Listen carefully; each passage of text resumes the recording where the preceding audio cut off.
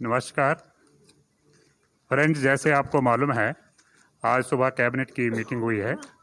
हमारे साथ हैं श्री रमेश पोखरियाल निशंक जी, एचआरडी मिनिस्टर, श्री प्रकाश जावड़ेकर जी, आई&बी minister, Shri Amit Khare ji and madam Anita Karwal ji, secretaries from the ministry of HRD. मैं मंत्री जी से अनुरोध करूंगा कि वो ब्रीफ करना। आज प्रधानमंत्री नरेंद्र मोदी जी की अध्यक्षता में मंत्रिमंडल की बैठक हुई और 21वें सदी के एक नई शिक्षा नीति को उसमें मंजूरी दी गई। यह बेहद महत्वपूर्ण है क्योंकि 34 साल से शिक्षा नीति में परिवर्तन नहीं हुआ था और इसलिए आज का ये जो परिवर्तन है और जो नई शिक्षा नीतियाँ है, मुझे विश्वास है कि पूरा समाज और सभी देशवासी इसका स्वागत करेंगे और दुनिया के शिक्षाविद भी इसको निश्चित रूप से सराहना करेंगे। So friends, as today we have Ramesh Pokhriyal ji also, but I'll request first Secretary, who will do first? Amit Khare ji, to his Secretary of Higher Education.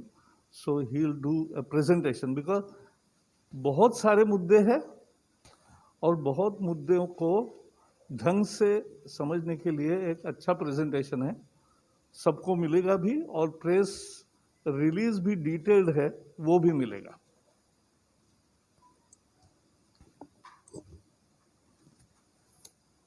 माननीय मंत्री श्री प्रकाश जावड़ेकर जी, माननीय मंत्री श्री रमेश पोखरियाल निशंक जी, मेरे सहकर्मी सचिव स्कूल शिक्षा एवं साक्षरता अनीता करवल जी, प्रेस एवं मीडिया के सभी बंधुओं, जैसा माननीय मंत्री जी ने बताया, आज ऐतिहासिक दिन है। 34 साल के बाद देश को एक नई शिक्षा नीति मिली है। मैं संक्षिप्त प्रस्तुतिकरण के माध्यम से पुरानी शिक्षा नीति के मुकाबले हम नई शिक्षा नीति में कहाँ हैं, जो बड़े परिवर्तन हैं वो क्या हो रहे हैं उच्च शिक्षा, स्कूल शिक्षा में, और इसका क्या आउटकम रहेगा, कितने छात्र छात्राएं लाभान्वित होंगे, किस प्रकार से नए संस्थान खुलेंगे, इस पर एक प्रेजेंटेशन है। सर ज़्यादा लंबा नहीं है, it is 11 slides. I'll just give you the background that starting with the University Education Commission way back in 1948, there was Secondary Education Commission followed by Kothari Commission. And Kothari Commission was the one which led to the formulation of the National Policy on Education in 1968. Now from 68 to 86, the same policy continued. 86, there was the new policy, the NPE, National Policy on Education 86. उसका संशोधन बहुत सीमित रूप से 1992 में 1992 it was amended, but actually it is the 86 policy which had been continuing till date, that is for last 34 years. सरकार ने 2 समितियां बनाई, एक TSR सुब्रमण्यम की समिति जिसने मई 2016 में अपना प्रतिवेदन दिया था, और उसके बाद डॉक्टर के कस्तूरीरंगन जो प्रसिद्ध वैज्ञानिक हैं, इसरो में रह चुके हैं, चेयरमैन थे स्पेस कमीशन के, विभिन्न इंस्टीट्यूट्स के वो चांसलर हैं, बोर्ड ऑफ गवर्नर्स के डायरेक्टर हैं, शिक्षा से उनका जुड़ाव है, और शिक्षक और अन्य स्कूल शिक्षा, उच्च शिक्षा दोनों से जुड़े हुए जो बड़े वैज्ञानिक हैं या एकेडमिक हैं, उनकी कमेटी बनाएगी। कमेटी के डिटेल अंतिम स्लाइड में मैं दूंगा, कुछ जानकारी भी उसके बारे में आपको उपलब्ध कराऊंगा। नेक्स्ट। एक महत्वपूर्ण बात यह है कि सरकार के जो निर्देश हैं उसके आलोक में एक व्यापक कंसल्टेशन किया गया। It has been widely consulted And just to give you an idea, through MyGov platform, we approached all the 2.5 lakh Gram Panchayats for their suggestions. Then when the draft committee report of Dr. Kasturi Rangan's draft National Education Policy was presented, we got it translated into 22 languages. Again, there were widespread consultations. There was education dialogue with honorable members of parliament. There was a special meeting of Central Advisory Board of Education on 21st of September last year. There was also a special meeting, Parliamentary Standing Committee on Human Resources had taken a special meeting on 7th of November.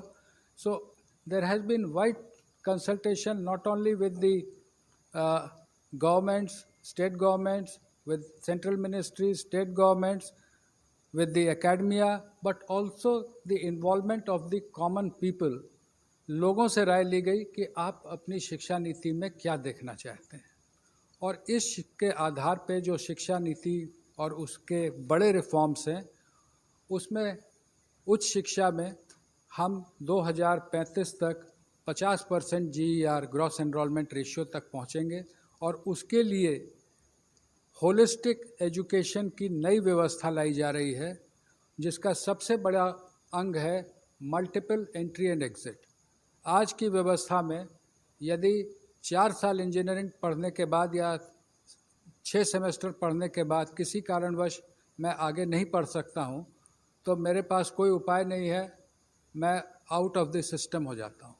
Multiple entry and exit system में ये रहेगा कि 1 साल के बाद certificate, 2 साल के बाद डिप्लोमा, 3 या 4 साल के बाद डिग्री, यानी और multiple entry through academic bank of credit, जो नीचे बुलेट है कि मेरे जो क्रेडिट फर्स्ट ईयर के हैं, सेकेंड ईयर के हैं, जैसे बैंक के सेविंग अकाउंट होते हैं वैसे ही एकेडमिक क्रेडिट में डिजी लॉकर के माध्यम से हमारे वहाँ पर क्रेडिट रहेंगे, so that in the third year if I want to take a sabbatical for a year, or I want to take a break for any reason, family condition or otherwise for some time, and I return after a fixed period, within a fixed period of which will be prescribed by the new Higher Education Commission. If I come back to the education system, I will not be asked to repeat the first and second year. My credits are already there in the academic credit bank. I will utilize those credits for my further education. इसमें ये भी व्यवस्था रहेगी multiple entry और exit में कि जो लोग 4 साल का डिग्री प्रोग्राम करेंगे, जो आगे रिसर्च में जाना चाहते हैं उनके लिए अलग व्यवस्था 4 साल डिग्री प्रोग्राम, जो नौकरी में जाना चाहते हैं जैसे हम लोग यहाँ पर हैं तो हम लोग 3 साल के डिग्री प्रोग्राम यथावत पूर्व की भांति रहेंगे, लेकिन 4 year degree programme with 1 year MA and direct no MPhil, they can go to PhD.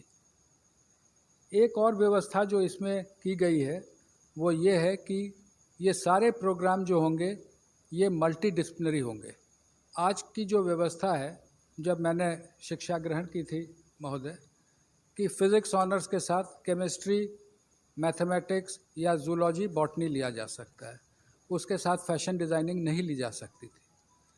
Multiple disciplinary education की जो हम लोग बात कर रहे हैं उसमें मेजर और माइनर की व्यवस्था होगी।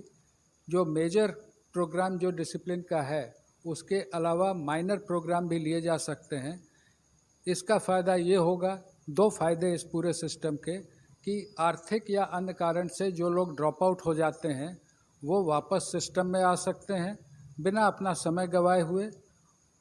दूसरा कि जो अलग अलग विषयों में रुचि रखते हैं, बहुत से फिजिसिस्ट होते हैं जो कि म्यूज़िक में रुचि रखते हैं, लेकिन उसके लिए फॉर्मल उनको कोई व्यवस्था नहीं रहती है। नई व्यवस्था में मेजर और माइनर्स के माध्यम से ये व्यवस्था रहेगी कि व्यक्ति मल्टी डिसिप्लिनरी वेल राउंडेड अपने इंटरेस्ट के हिसाब से इंजीनियरिंग और म्यूज़िक अगर सीखना चाहता है, अगर वहाँ संस्थानों को मल्टी डिसिप्लिनरी बनाया जाएगा, यूनिवर्सिटीज़ को मल्टी डिसिप्लिनरी बनाया जाएगा, वहाँ वो शिक्षा ले सकता है। Next please. Graded autonomy of autonomous colleges, ये आप में से प्रायः बहुत लोग अवगत होंगे कि हमारे देश में लगभग 45,000 कॉलेजेस हैं जिनको हम संबद्धता प्राप्त एफिलिएटेड कॉलेजेस कहते हैं। किसी किसी विश्वविद्यालय में तो इनकी संख्या 800 तक पहुंच गई, जिसके कारण न केवल गुणवत्ता में गिरावट आती है बल्कि विश्वविद्यालय परीक्षा केंद्र ही बने रहते हैं, लगातार वहाँ परीक्षा चलती रहती है। ग्रेडेड ऑटोनॉमी की व्यवस्था ये होगी कि उनके एक्रेडिटेशन स्टेटस के आधार पर A+, A, B उनको अलग अलग एडमिनिस्ट्रेटिव और एकेडमिक ऑटोनॉमी और फाइनेंशियल ऑटोनॉमी कॉलेजेस को दी जाएगी। जो A+ हैं वो ज़्यादा ऑटोनॉमी पाएंगे, A वाले उससे कम, और B ग्रेड में जो रहेंगे उनको कहा जाएगा कि आप अपने आप में सुधार लाएं, तब आपको आगे इसमें व्यवस्था की जाएगी। नेशनल मिशन ऑन मेंटरिंग, जिसमें जो हमारी फैकल्टी है उसके उन्नयन और जो हमारे छात्र हैं उनको अच्छे मेंटर मिले, उनके एलुमनाई से, उनके टीचर से, इसकी व्यवस्था रहेगी। आज के दिन में as of today we have UGC, AICTE and National Council for Teacher Education. There will be single regulator for higher education. एक रेगुलेटर रहेगा जो कि सारे एजुकेशन, हायर एजुकेशन को एक ही रेगुलेटर देखेगा। उसमें अलग अलग एक्रेडिटेशन के लिए, अप्रूवल्स के लिए, फाइनेंसिंग के लिए अलग अलग वर्टिकल रहेंगे, लेकिन एक रेगुलेटर रहेगा। और वो regulator self disclosure based, online self disclosure based transparent system पे काम करेगा। हर चीज़ के लिए बार बार इंस्पेक्शन टीम बना के भेजने की जो वर्तमान व्यवस्था है, उसकी जगह सेल्फ डिस्क्लोज़र बेस्ड व्यवस्था लाई जाएगी। As on date, we have different norms for deemed universities, for the central universities, for different individual standalone institutions. The new policy says that for reasons of quality, norms will be same and not as per the ownership. चाहे वो deemed university हो या केंद्रीय विश्वविद्यालय हो या राज्य विश्वविद्यालय हो, शिक्षा के जो स्टैंडर्ड्स होंगे वो सबके लिए कॉमन होंगे। फ़ी फिक्सेशन पर भी समिति ने जो रिकमेंडेशन की थी उसका विस्तृत उल्लेख पॉलिसी में किया गया है। ब्रॉड रेगुलेटरी फ्रेमवर्क के अधीन फ़ी पर कैप रखा जाएगा। पब्लिक और प्राइवेट दोनों और फिलैंथ्रोपिक पार्टनरशिप भी रहेंगी, लेकिन जैसे मैंने कहा फ़ी फिक्सेशन पर के लिए भी इस पॉलिसी में व्यवस्था की गई है। और जो शुरू से हमारा लक्ष्य रखा है कि GDP का 6% शिक्षा के क्षेत्र में व्यय होना चाहिए। अभी as on date it is around 4.43%, including the state government, centre and the state government. That we will work together, that is the central government, state government will work together to achieve 6%.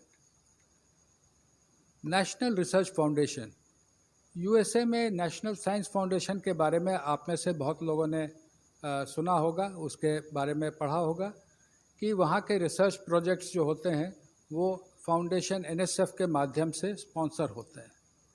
हमने उसको थोड़ा सा सरकार ने विस्तृत करके national research foundation, इसमें ना केवल साइंस बल्कि सोशल साइंस भी शामिल होगा।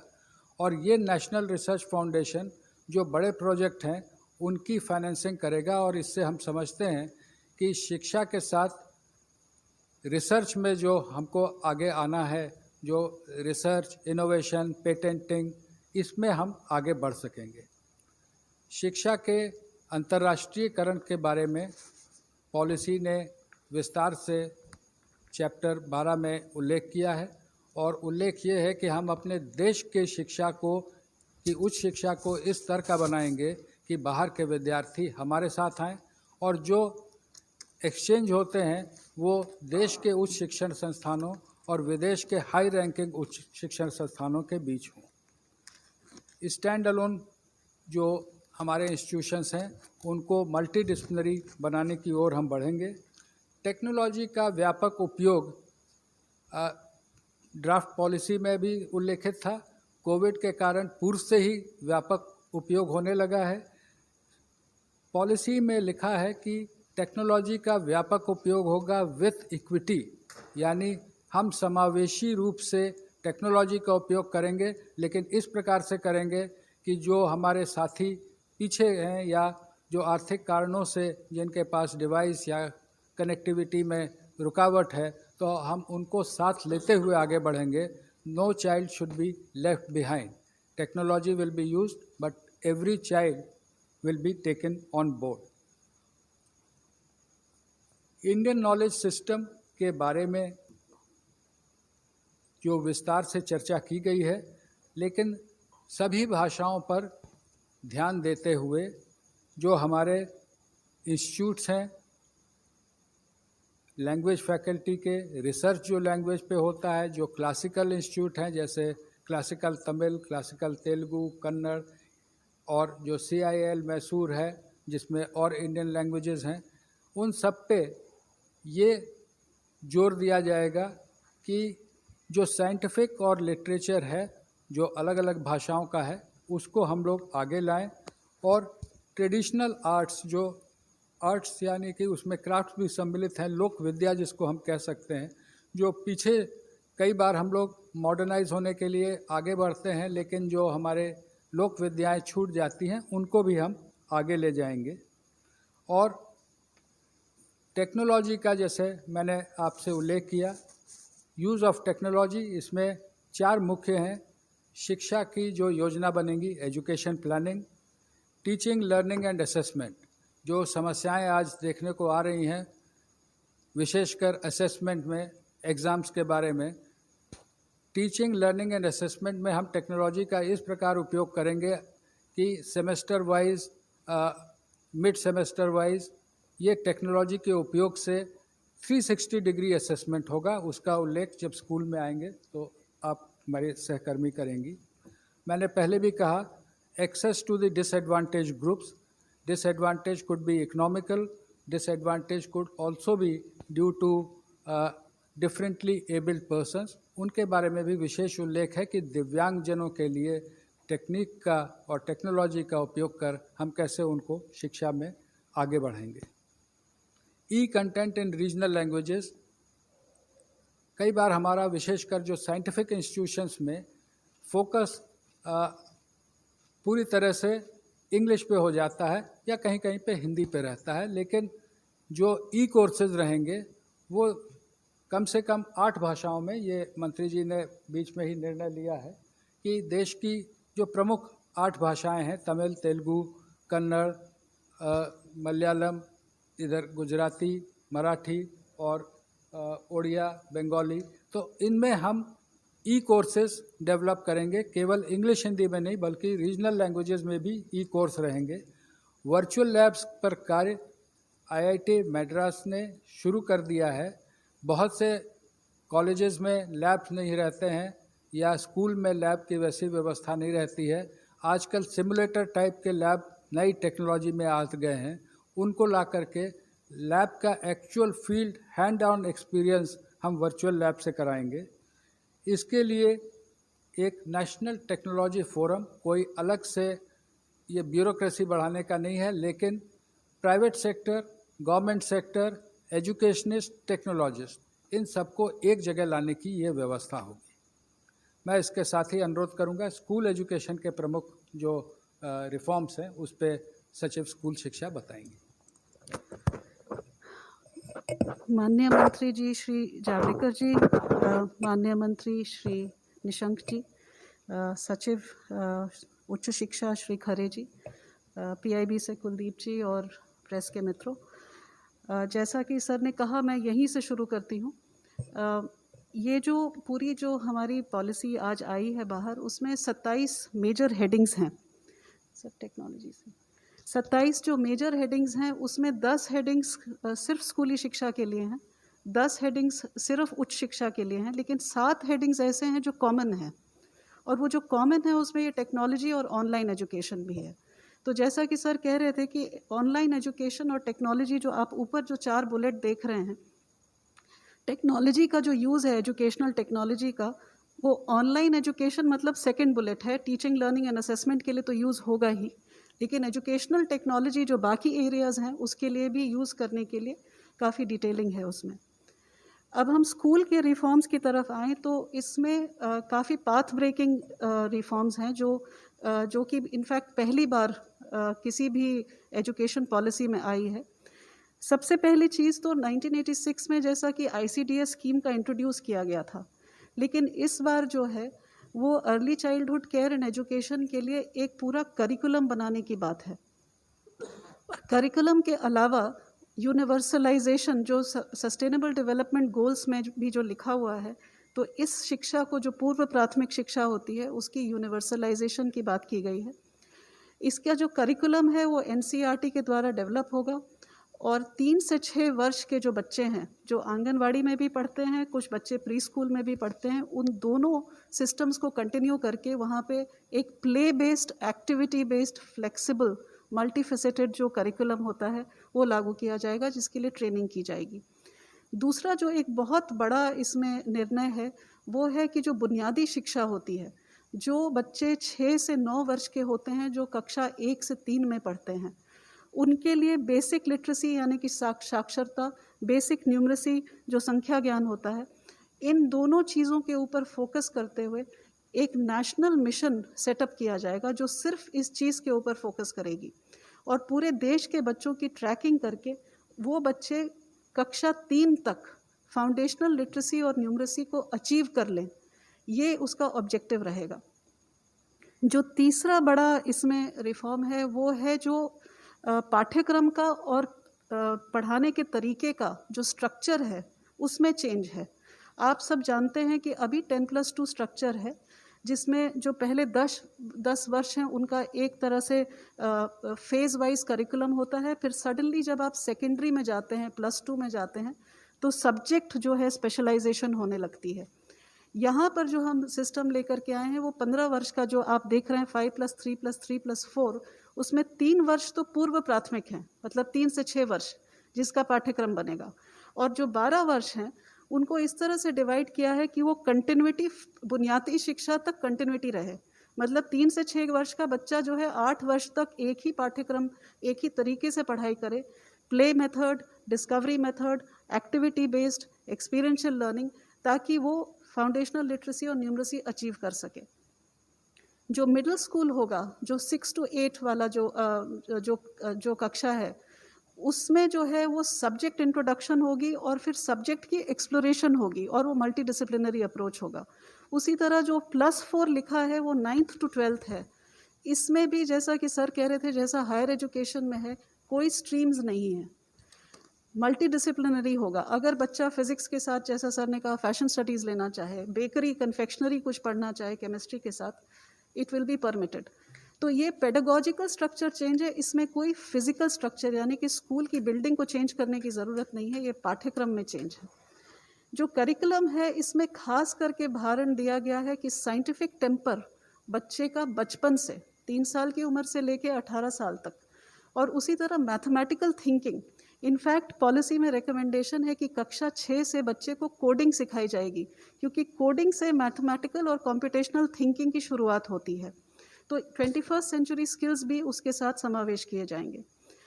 जो 5वां बुलेट है, जो अभी जो रिजिड सेपरेशन है कि ये एक्स्ट्रा करिकुलर एक्टिविटी है अगर आप स्पोर्ट्स में चले गए, ये को करिकुलर एक्टिविटी अगर आपने डिबेटिंग कर ली, आप म्यूज़िक सीखना चाहते हैं तो वो एक्स्ट्रा है, या वोकेशनल सीखना चाहते हैं तो वो नॉन अकेडमिक है। वो सारा जो सेपरेशन है वो हट जाएगा, सारे सब्जेक्ट्स पढ़ाए जाएंगे, music, arts, sports, vocational, academics, everything will be on the same level.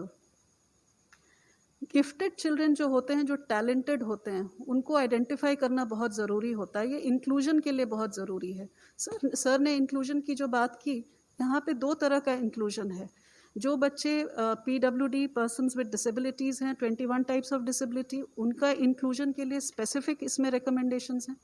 उसी तरह जो गिफ्टेड बच्चे होते हैं, जो किसी भी पॉपुलेशन के 3 से 4% के बच्चे जो होते हैं, जो जीनियसेस माने जाते हैं, उनके लिए भी इसके अंदर प्रोविज़न है। जो गर्ल चाइल्ड के लिए gender inclusion fund for specifically targeting the girl child development, girl child के लिए और भी बहुत कुछ है, पर मैं यहाँ आपको मेजर रिफॉर्म्स बता रही हूँ। जो कस्तूरबा गांधी बालिका विकास विद्यालय हैं, वो अभी कक्षा 8, कहीं कहीं कक्षा 10 तक है, उनको कक्षा 12 तक हर एक जगह ले जाया जाएगा। जो मेन चीज़ है, जो आप सेकंड लास्ट बुलेट देख रहे हैं, कि जो करिकुलम है हमारा वो इतना हैवी है कि बच्चे जो है life skills, scientific temper, problem solving, critical thinking, उसके लिए उनके पास टाइम ही नहीं है। तो करिकुलम को एसेंशियल कंटेंट तक सीमित किया जाएगा ताकि समय मिले बच्चे को कि ये सब चीज़ एक्सप्लोर कर सके। वो प्रोजेक्ट बेस्ड लर्निंग में जाएगा, एक्टिविटी बेस्ड लर्निंग में जाएगा, एक्सपीरियंशियल लर्निंग में जाएगा।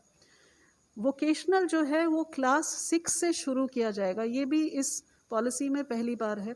पिछली पॉलिसीज़ में दिया हुआ है कि स्कूलिंग में सेकेंडरी लेवल पे वोकेशनल शुरू होगा, ये कक्षा 6 से शुरू किया जाएगा।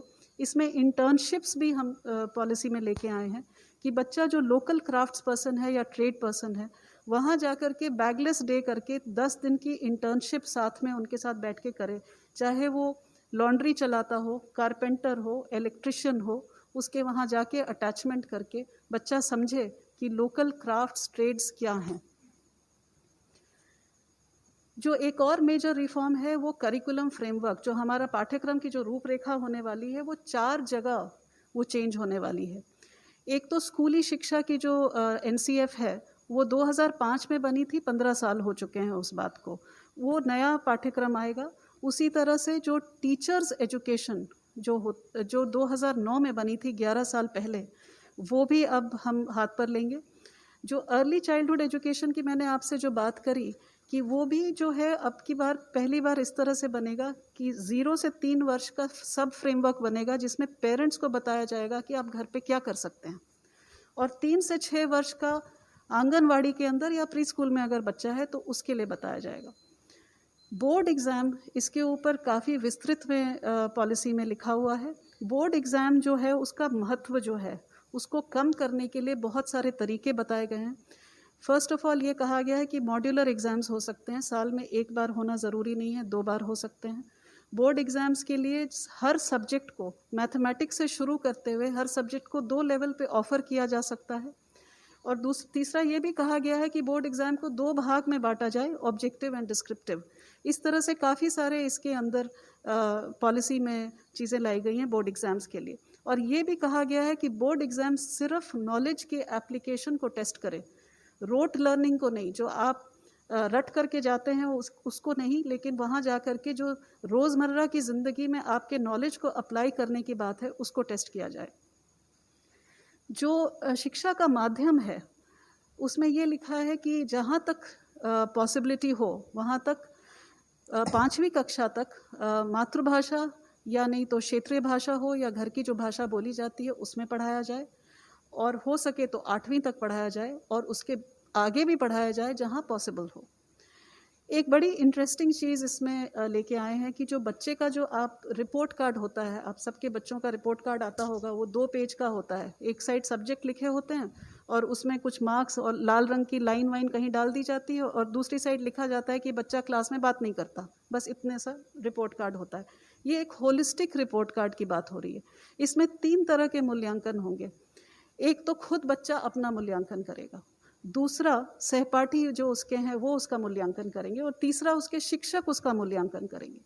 और ये जो रिपोर्ट कार्ड है इसमें हर साल इस बच्चे को कौन सी लाइफ स्किल इस बच्चे में समावेश होनी चाहिए वो लिखा होगा, पेरेंट्स के साथ चर्चा होगी, और वो हर लाइफ स्किल के ऊपर चर्चा करता हुआ रिपोर्ट कार्ड बनेगा, जो हम लोग आर्टिफिशियल इंटेलिजेंस पे बेस करके जब बच्चा 12वीं कक्षा में निकलेगा तो उसके पास अपने पिछले 15 साल का पूरा एक, जिसको कहते हैं कच्चा चिट्ठा होगा, जिसमें लिखा होगा कि वो कौन कौन सी स्किल्स उसने इम्बाइब करी हैं।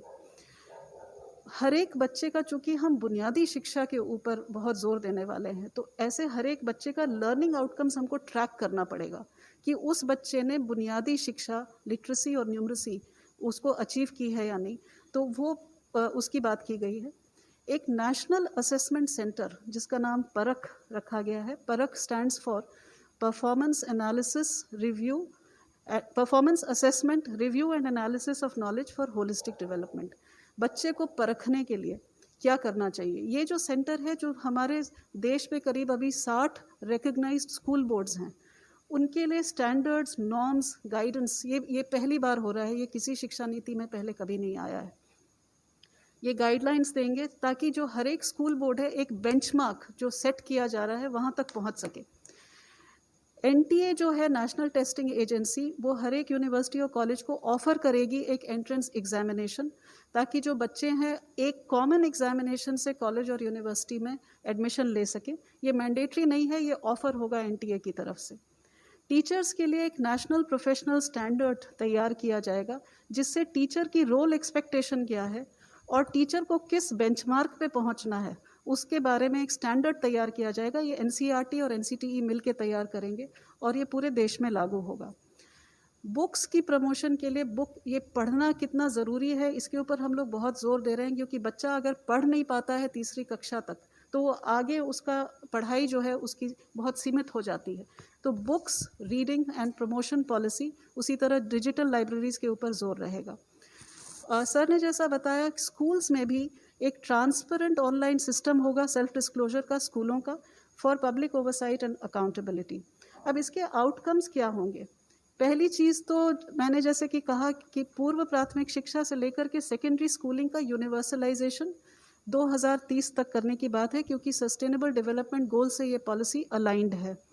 दूसरी चीज़ की जो बुनियादी शिक्षा है, हर बच्चा जो कक्षा 3 में पहुंचेगा उसकी बुनियादी शिक्षा अचीवमेंट हो, वो 2025 मतलब 6 साल के अंदर करने की बात है। 100% GER सेकेंडरी लेवल की 2030 तक। जो हमारे बच्चे आउट ऑफ स्कूल हैं वो हर एक बच्चे को हमें वापस लाना है। जो टीचर्स हैं उनको जो अब नए तरीके से असेसमेंट होने वाला है, मूल्यांकन का तरीका बदलने वाला है, उसके लिए उनकी तैयारी 2023 तक करके उसको हमें लागू कर देना है।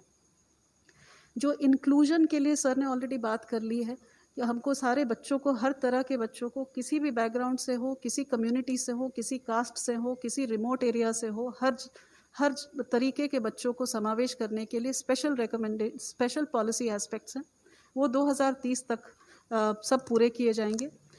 बोर्ड एग्ज़ाम्स का मैंने आपको बता ही दिया है। हर बच्चे का इसमें ये लिखा है कि जब वो स्कूल से निकलेगा तो एक स्किल, एक वोकेशनल स्किल उसको वो हासिल करके निकलेगा। ये भी इसमें पॉलिसी में लिखा है। और जो कॉमन जो स्टैंडर्ड्स बन रहे हैं जो सेल्फ डिस्क्लोजर के, वो पब्लिक स्कूल्स और प्राइवेट स्कूल्स के लिए कॉमन रहेंगे, दोनों को एक ही स्टैंडर्ड में पहुंचने का है। तो ये स्कूल का इतना ही था। अभी सर आपको इसके बारे में बताएंगे। धन्यवाद अनीता जी। We have presented before you in a span of say half an hour the major highlights of the policy. We would again state that it is aimed at bringing transformational change, not incremental change, but transformational change in both higher education sector and the school education. The new system in school will be 5+3+3+4 in place of 10+2.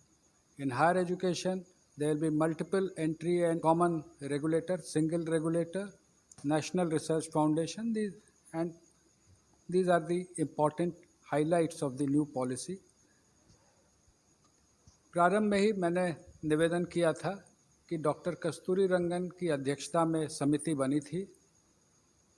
इस अवसर पर मंत्रालय, sir आपकी अनुमति से मंत्रालय की ओर से उनका और सभी मेंबर्स का मैं आभार व्यक्त करना चाहूँगा और एक जानकारी अपने मीडिया बंधुओं को देना चाहूँगा कि डॉक्टर कस्तूरी रंगन से मेरी बात हुई है और उन्होंने कहा है कि अगर मीडिया के कोई बंधु उनसे, इसीलिए उनके कॉन्टैक्ट डिटेल दिए गए हैं।